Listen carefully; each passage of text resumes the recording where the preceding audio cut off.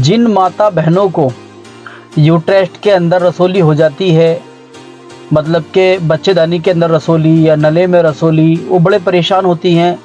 मतलब उसमें गर्भ ठहरने में भी बड़ी परेशानी आती है और ब्लड रिसना चालू हो जाता है, बड़ा दर्द होता है उसके अंदर। तो डॉक्टर तो उसका ऑपरेशन बताते हैं कि इसका ऑपरेशन ही इलाज है और कोई इलाज है ही नहीं।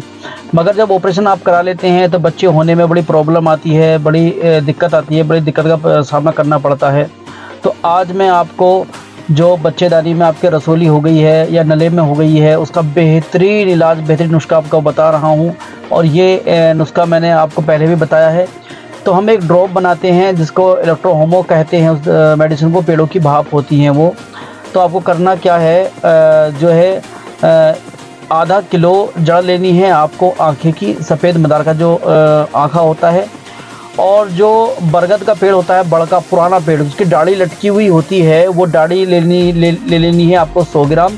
और 100 ग्राम जड़ लेनी है आपको शीशम की। और 100 ग्राम के आसपास जड़ लेनी है आपको कचनार की। और 100 ग्राम ले लें इसमें आप चिरचटे की जड़। 100 ग्राम जड़ ले लें आप, जो आपका गुलाब होता है, देसी गुलाब, उसकी जड़ ले लें। अब इनको आपस में मिक्स करके अच्छी तरह धो के उनको छाया में सुखा लें। ज़्यादा नहीं, मतलब हाथों हाथ सूखनी है वो, ठीक है। अब आपको मिट्टी की हांडी लेनी है।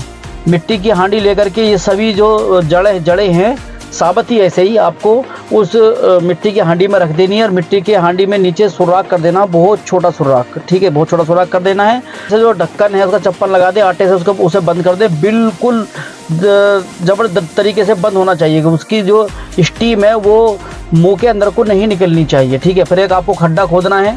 खड्डा करीब करीब आपको 1.5 फीट का होना चाहिए खड्डा, छोटा खड्डा होना चाहिए, खड़ा खड्डा।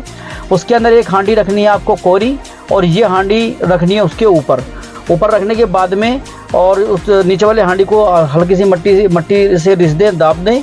और ऊपर जो हांडी बची है आपकी, उसके ऊपर कोयले या अंगारे या उपले लगा करके उसको, और उस उपलों में आग लगा दें।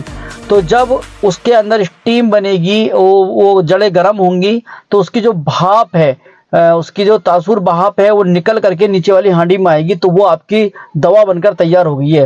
मतलब चपरता हुआ इलाज है गांठ का ये हमारे पास बनी बनाई मिलती है, थोड़ी महंगी होती, कॉस्टली होती है। दोपहर शाम 10-10 बूंद मात्र आपको जो है एक कप पानी में लेनी है। 10 बूंद से ज़्यादा नहीं लेना, वरना बॉडी को निगेटिव कर देगी ये दवा, ध्यान रखना, ठीक है।